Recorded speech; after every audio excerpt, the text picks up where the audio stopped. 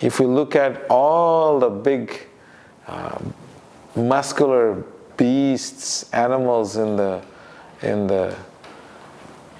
jungles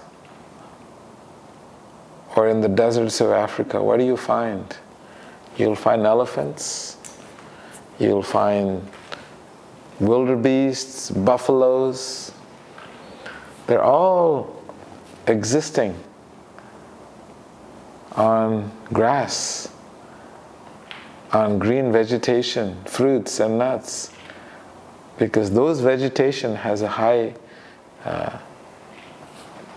dense prana, and so therefore it makes them bigger and stronger.